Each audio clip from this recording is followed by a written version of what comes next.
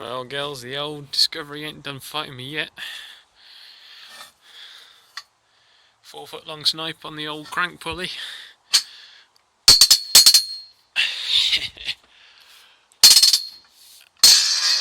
Ah, you dirty bastard. Squeaking and groaning like that in front of the missus. Now we got her cracked off. Try and get her out.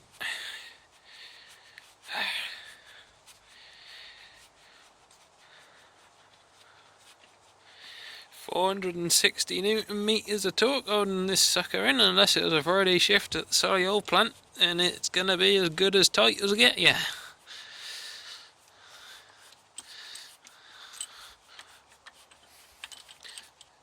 Ah, the old problem.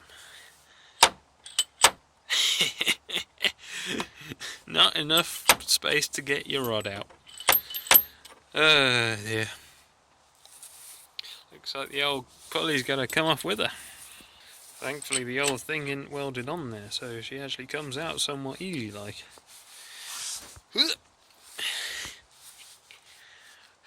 Come on.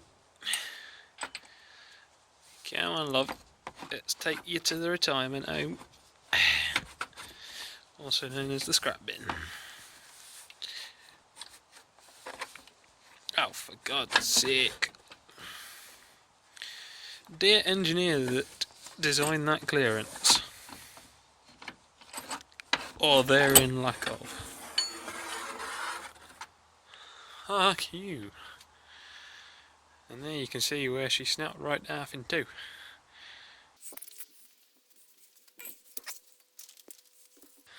There you are. It wasn't a bolt failure, it was a casting failure. And let me tell you, when this flies off the front end of your engine at 50 mile an hour and dents the side of your chassis rail, you'll know about it. Oh well. Out with the old, in with the new. So today is tomorrow, and after a bit of dicking around last night, we're actually going to replace this thing. So I put it back in last night just to make sure nothing got into the crankcase. Lovely.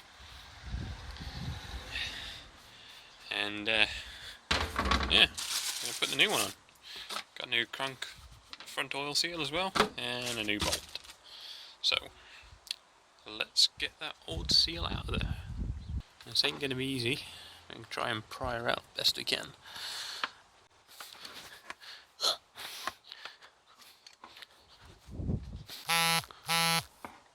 Bzzz, bzzz. The joys of filming on your phone.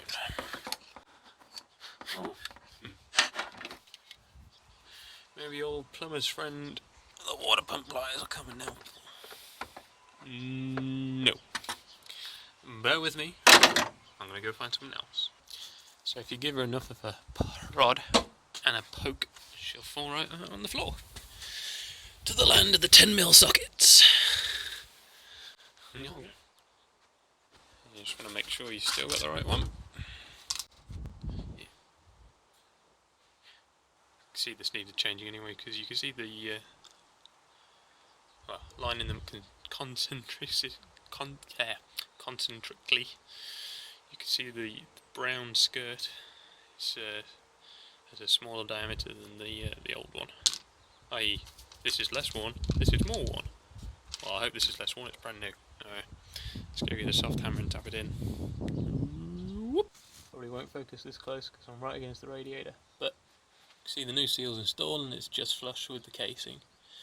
It's a right pain in the ass to get in there because you're working right up against the radiator and there isn't really room to swing a hammer, but if you just loosely get it started with your hand and then refit the old pulley and tighten it back up,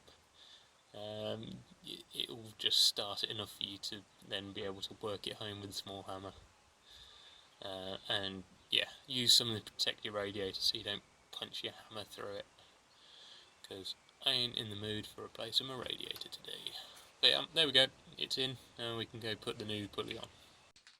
One other thing I'm going to do just before I fit this is I'm actually going to spray these bare surfaces on the back with a bit of etch primer. Don't have to do this. It's just I know it's going to rust and it's going to throw off the balance a bit later on down the line. And for my own peace of mind, I'm going to just protect it a bit. The rest of it's all been blackened, so it's just these machine surfaces that aren't. I've masked off the hub because that's going to go in contact with the oil seal and the end of the crankshaft, and I put a bit of oil on the rubber just so the paint doesn't stick to that. And yeah, the rest of it I just degrease with a bit of panel wipe. Yeah, let's go and spray it. Now we got to paint her up. Got the new bolt in there, and we're just going to wind her onto the crankshaft. And of course, because it's new, it's tight, so you got to use the bolt to get it seated on there. And before you place it, make sure everything is clean. Because if you get one bit of dirt on that seal, it ain't going to seal. We're just going to wind it on with the little 1/2 inch ratchet, and then we'll go get the big old torque wrench on her.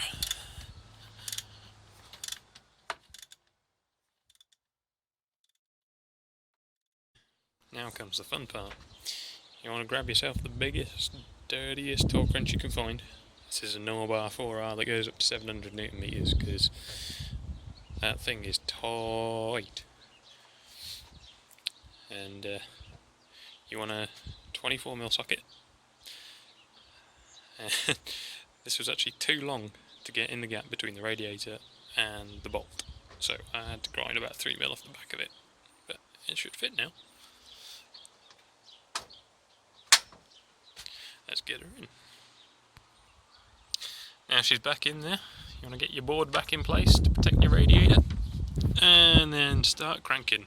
And this needs to go up to 460 Newton meters. So, we go.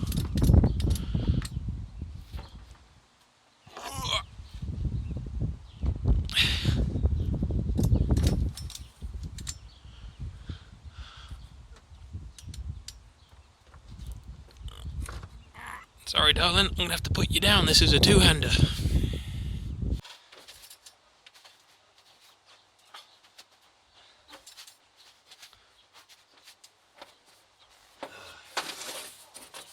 Take that out so you can see the interesting bit.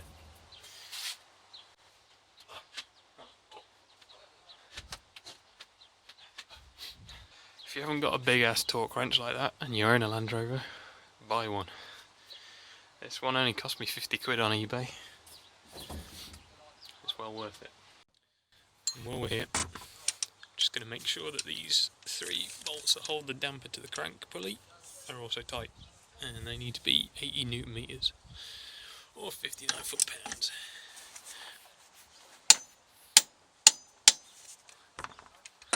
Now, just need to get this locking pin out of here. And yeah, I've got a set of locking pins.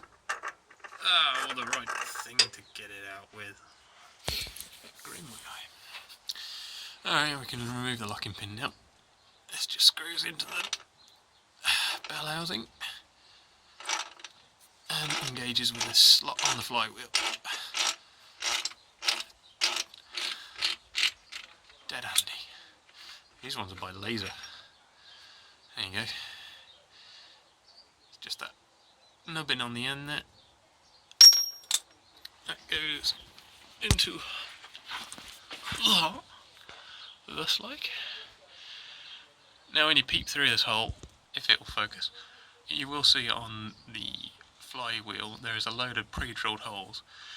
That is not for this. Those holes are to balance it. You want this slot, it goes the whole width of that outer surface of the flywheel, and that's what the locking pin goes into. Otherwise you'll be fighting it all day just trying to get that pin in the wrong hole. So, little tip for you. Right, now she's free, we can probably go start it.